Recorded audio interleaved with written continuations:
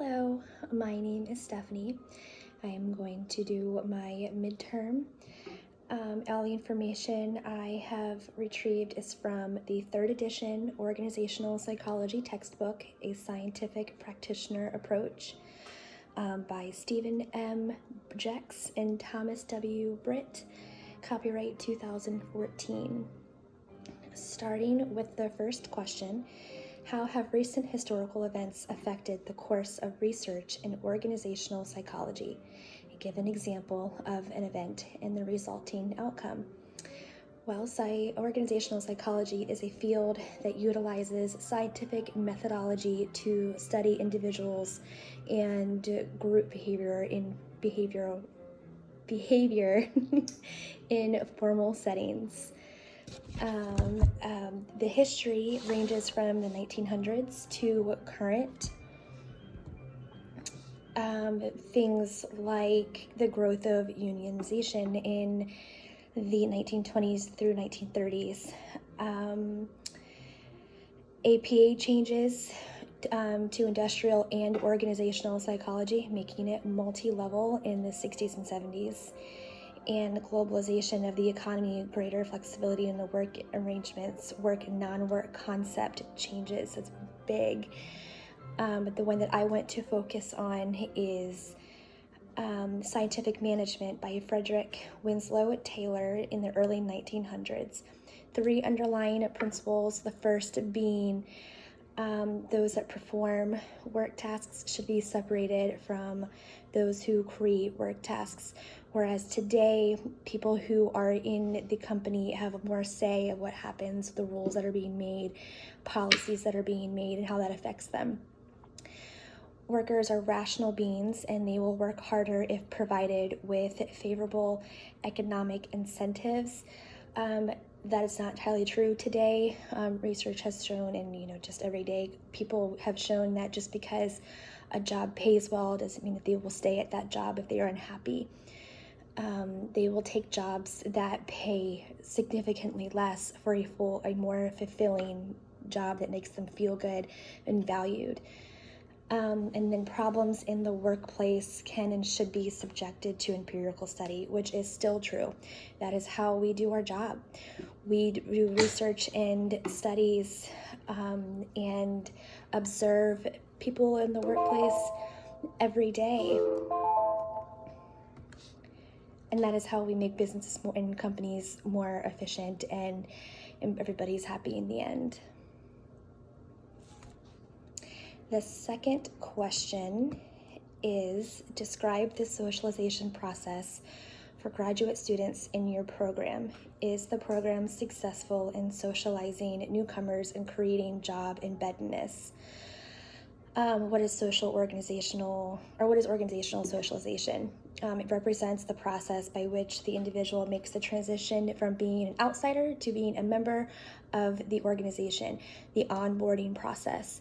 Everything from the interview to becoming a full-fledged member has to do with learning the culture, the traditions of the business, what the business is all about, how to be successful in the business, what your role is in the business, getting to know your coworkers, what they do inside and outside of work to allow them to have a feel of what their life is going to be like. That's very important. The socialization process is probably one of the most important processes within an organization. Liberty University's socialization process, which I love, it's a Christian-based university, so it's important that you know the values, the traditions, the founders of the university, their family's wonderful. You get to know your advisors. If you're an online student, you have access to games or football games, any events that are happening. You're welcome on the campus. And as far as the degree program, they offer an extensive amount of classes. The intense program, 8-week courses, which allocates for people to have a life outside of school, access to your professors, to other students. It's just a lovely program that really prepares you for the career field. access to internships, and even being able to work for Liberty as a profession if that's what you would choose to do. It really gets you prepared for when you do have a career in IO.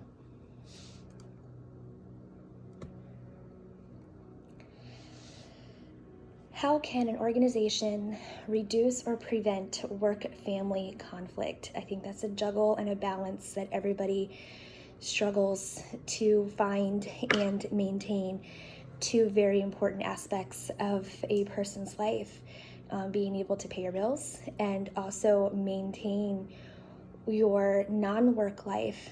People who are a part of committees or socializing, that's part of their self-concepts. It's very important that they are able to maintain that. If they're happy at work, then that spills over to home life. If you're happy at home, then you're more motivated to do well. But on the flip side, if you're unhappy in either one of those aspects, they definitely will spill over and affect the other.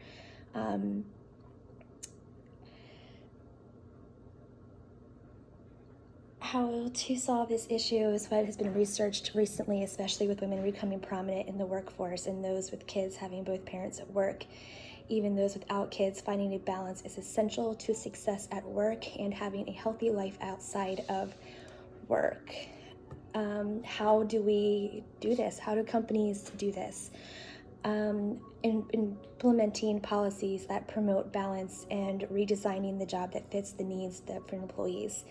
These policies are called family-friendly policies. Everything from a company being able to have childcare, on-site childcare, really important. Resources for parents to have babysitters or other coworkers being able to help you. Flexible schedules is super important. If you have to have a doctor's appointment or someone falls ill or an emergency happens or your dog got out and you need to find them, having the ability to have your company value enough to understand that there's life outside of the business, but still expect that you to get your work done. But having that flexibility really helps. Also, it attracts better talent. People who know that they're valued and they have this flexibility at work are more likely to want to be a part of that company, which reduces turnover rates, because turnover rates are expensive and it costs the company a lot of money. You're firing and hiring and having to replace people. This can be challenging and difficult. Employees may feel hesitant about using the benefits available to them if they feel as though the supervisor doesn't want them, or the policies, which in turn causes the work-family conflict. If a supervisor doesn't want to implement these policies, it's very stressful and can cause a lot of anxiety. And they can fear that they might not get a promotion that they want, or they're going to be stuck in this, or they might have to quit, which causes a lot of anxiety. Like I said before, the positive side to work-family conflict benefits is feeling that you're valued at work, and that's very, very important, is to feel valued and to know that you have a flexible schedule to get everything that you need done, because let's face it, days are very busy, and everybody wins.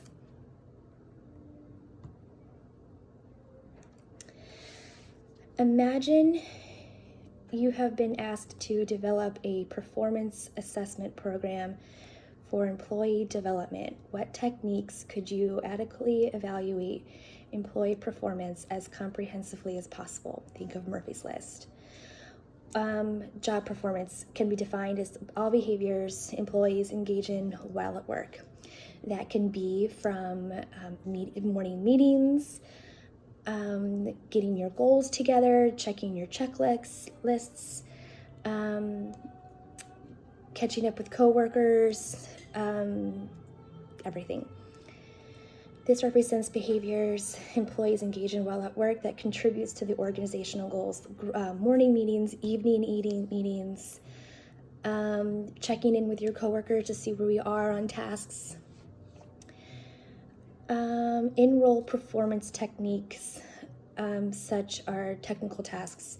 The example given was a nurse being able to draw blood or dispense medication. It's very technical and important. Extra role performance is non-technical. It's more like communication, attitude, leadership skills, etc. Can you articulate what needs to get done for the day? Are you a leader in your group at your company? Do you get relied on a lot? And do you have the capacity to mentor and really lead your coworkers? A model that exhibits these things it's called the Campbell model. In-role behaviors associated with this task, the example given was a bank teller. What does everything that they do in a day, technical skills wise, they count the cash, they check the bank, they check the vault, they get their bank teller situation or station situated. Extra role is written and oral communication, demonstrating effort, maintaining personal discipline, facilitating peer performance reviews, team performance, leadership, management, and administration. Another model is called the Murphy's model. This model is much more broad in its range and how it assesses performance. It was originated for the Navy, but can be used for civilian jobs as well. Using the in-role, extra-role distinction, these things are performing major tasks related to the job. So in the Navy, you have a rate and a rank, and that is everything pertaining to your specific role and job. So if you are an aviation ordnanceman, you are in charge of everything that goes boom on everything that flies. And that is it. And you'd be evaluated on how well you do these things, how efficient you are. Extra role interpersonal oriented goals, all interpersonal goals that occur on the job. Example, school nurse consulting a doctor about a student. So a nurse's job is written and it's clear and concise, but if they feel as though they need to call a doctor, that's above and beyond. That's an extra. That is going above and beyond. I don't know. Another model. Downtime behaviors is also evaluated in Murphy's model that may cause employees to be absent from work. And that is part of the job assessment, performance assessment. Destructive, hazardous behaviors. It's also very important to be safe on the job. If you break protocol or if there's an accident, safety violations, that would absolutely be on the job performance assessment. If I were to develop a performance assessment program, I would use Campbell's model. I would also use Susan Wheelman's book on effective team membership. I would do a Likert scale on some of the qualities that she has on there as far as leadership and communication, teamwork, and I could evaluate each employee that way. Other things in a job performance assessment that I would include is experience, how long you've been on the job, how well you're doing the job with the amount of experience, personality, how well you work with others, mental ability, how you process, how well one works with others. It's very important to be a team member. Teamwork makes the dream work. And how an employee behaves for things that aren't directly rewarded or picks up slack. If an employee sees somebody else struggling, they can say, hey, I got this. You do what you need to do and take care of it, and I will help you. That's really important. They don't do it to be recognized. It's almost like workplace altruism.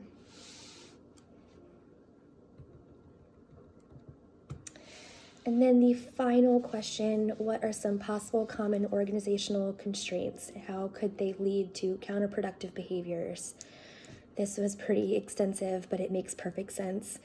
So there's two types, in-person and situation-based counterproductive work behavior.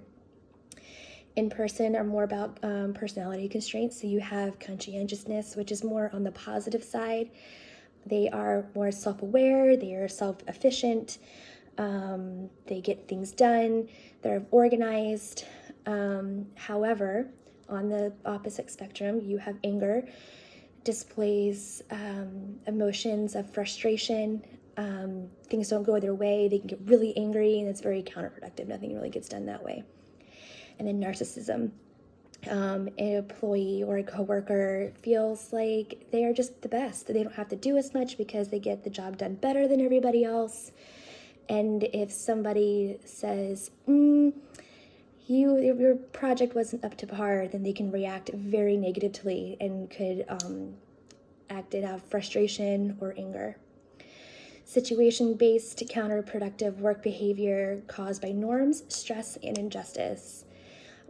If someone comes to work and it's different than what they are used to, they will conform into the new norm, even if it's taking a longer lunch break than they're supposed to, or watching a movie instead of working on a project, but they want to fit in, so that becomes their new norm. Stress is a huge one. Sometimes a coworker or an employee doesn't react well to stress and can be very counterproductive. They just get frustrated, they can't get things done, their goals don't get met. Injustice. Results of employees feeling like they're being treated unfairly or unjust. And that could also be very counterproductive. They will react in ways such as anger or withdrawal, and they leave the workplace or they leave early. They don't feel appreciated. Being valued as an employee is very important. Common forms of counterproductive work behavior, like I said, withdrawal, which is absenteeism, leaving work early, not showing up to work at all. They are starting to feel distant from their position. Even if they're not sure if they want to quit or not, they will still feel the withdrawal from their position.